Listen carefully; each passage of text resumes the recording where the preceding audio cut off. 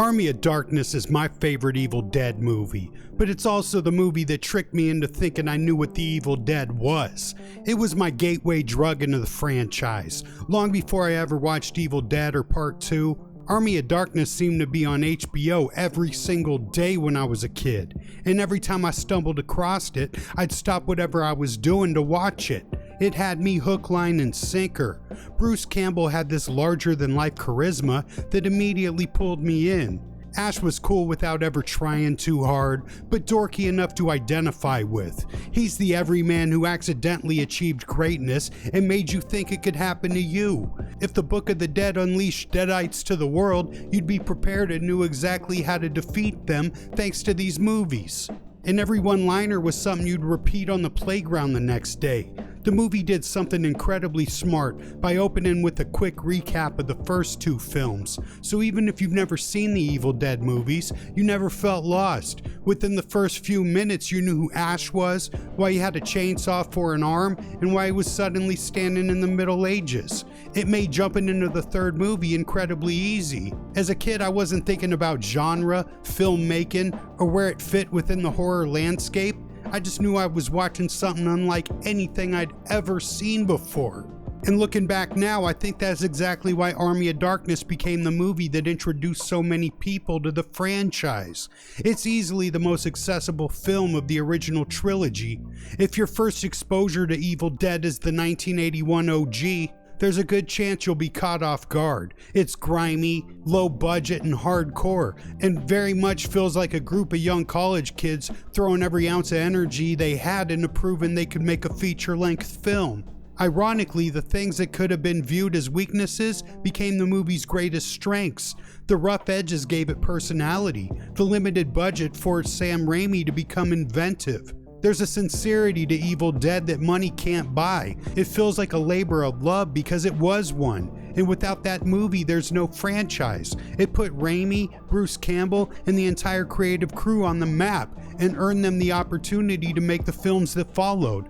Also, the cool 30 million Evil Dead generated on a $300K budget didn't hurt either. Then you have Evil Dead 2, which in my opinion is the best film of the three.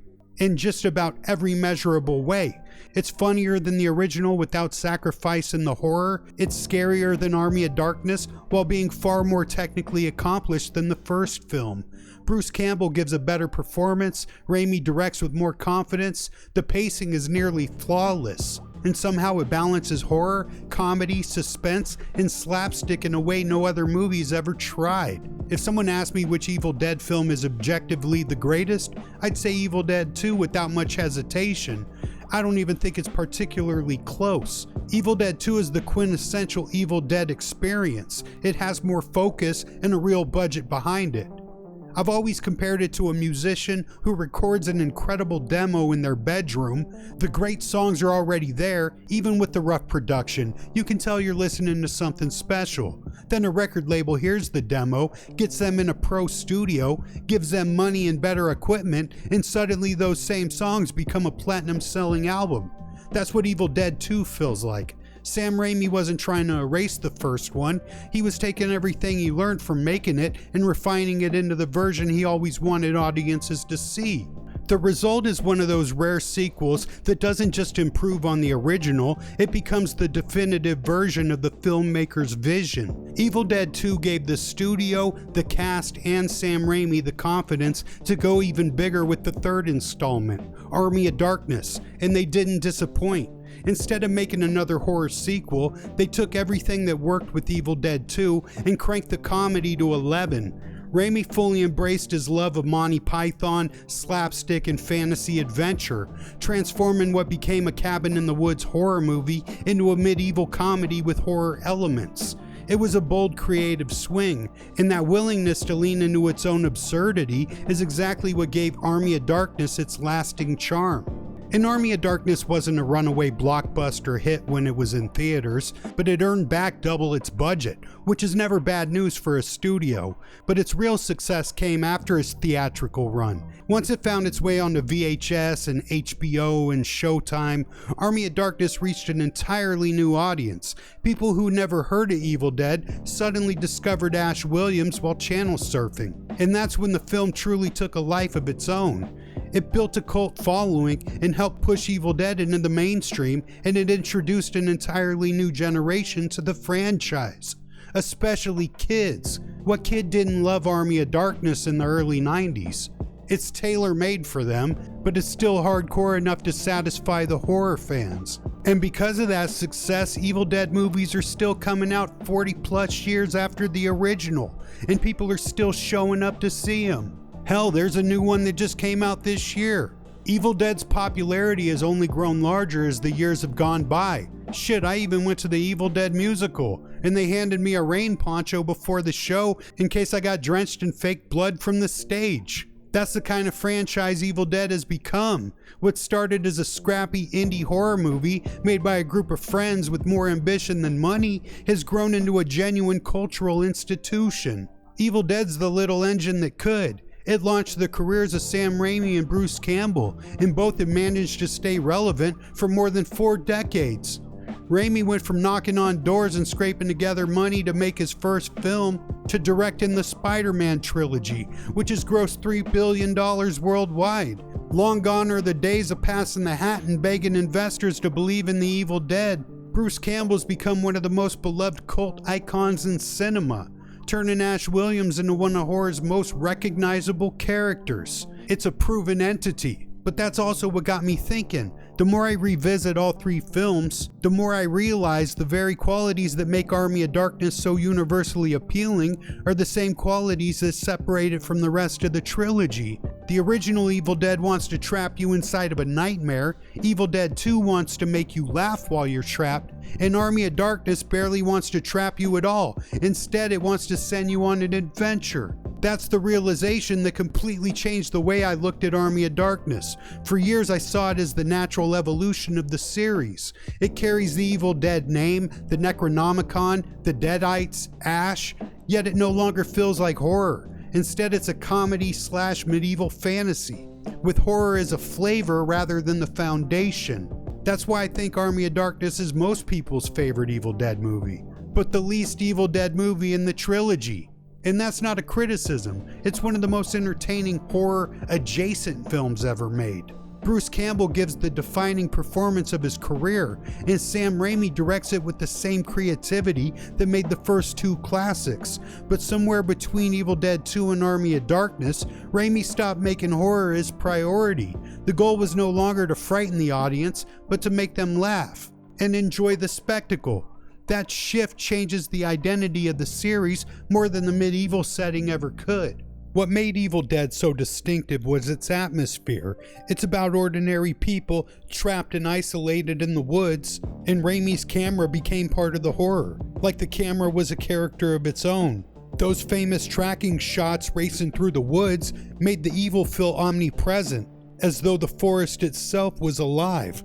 The cabin's in the middle of nowhere, the bridge collapses, the phone dies, every escape route disappears, while survival is the only objective. And once the Necronomicon gets opened, logic no longer matters. All sorts of plot rules get broken, and that's what makes it fun. Ash in the OG film is just another victim trying to survive. He's panicking, hesitating, and making mistakes.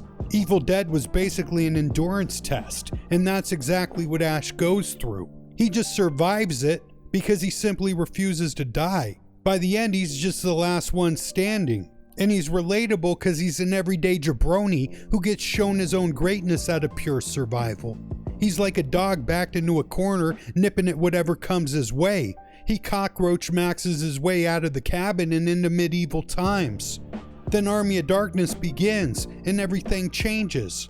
And the medieval setting isn't the real difference. You could absolutely make a horror film in the Middle Ages. What's different is Ash himself. For the first time, he enters the story with confidence, like he's a hero who's been here before, 'cause he has, and it goes straight to his head.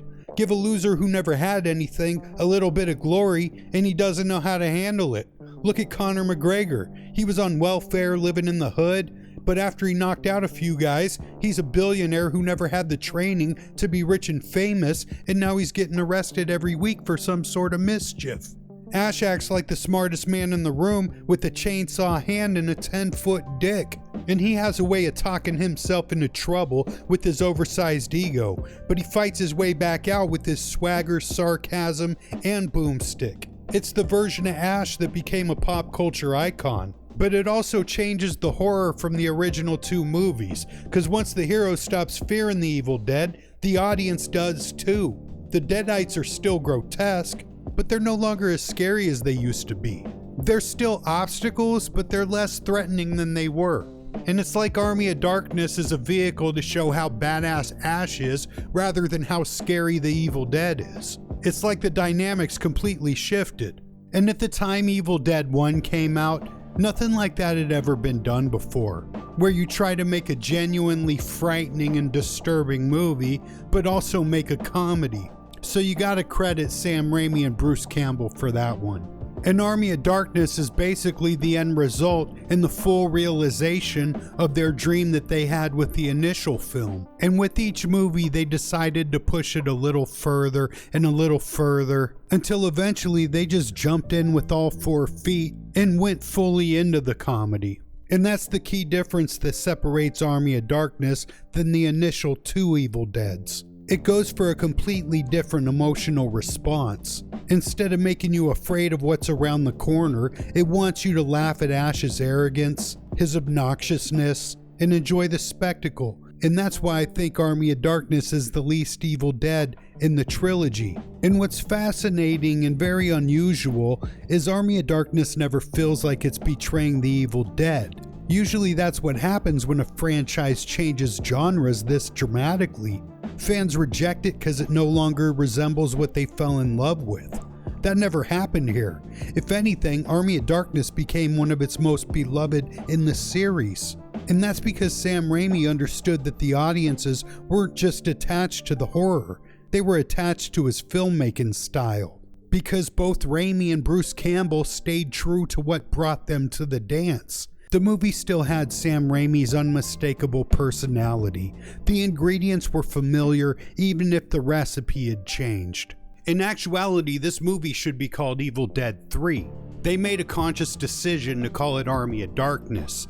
That was their way to make it appeal to a more broader audience, and it worked. This movie was played on the premium channels like HBO and Cinemax, and you'd even see it on USA and the Sci-Fi Network.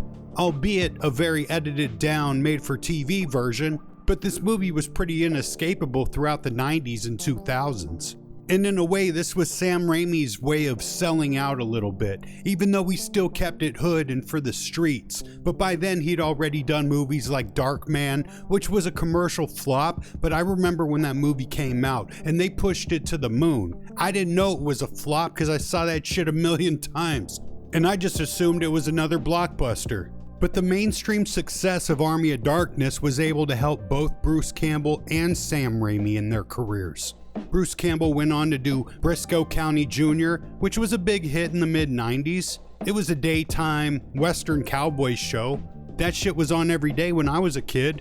And then later on, he went on to have a major co-starring role in the ultra-successful show Burn Notice, which went on for like 7 or 8 seasons. He's probably still getting paid off that show.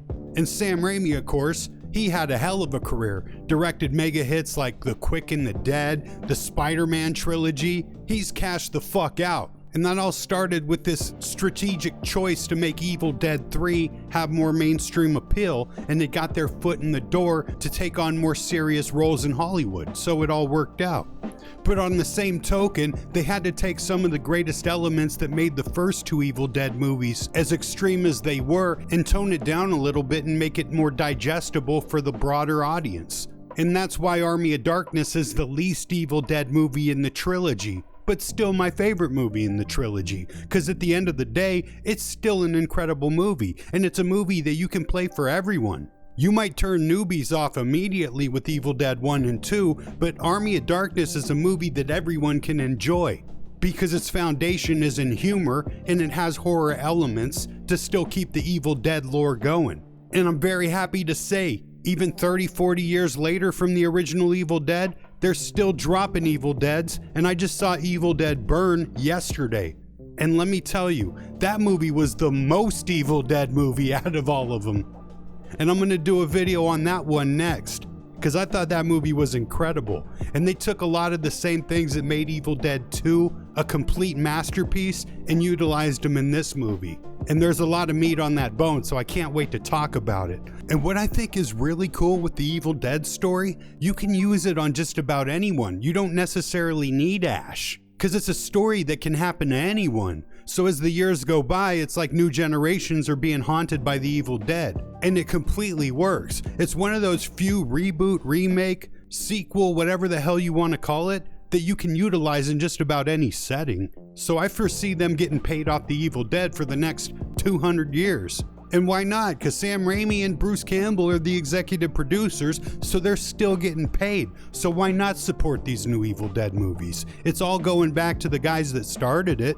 But yeah, tell me some of your favorite scenes, your favorite quotes. Tell me what your favorite Evil Dead movie is. And to the rest of you, I hope you have a good night. Be safe. Shop smart. Shop S-Smart. And God bless.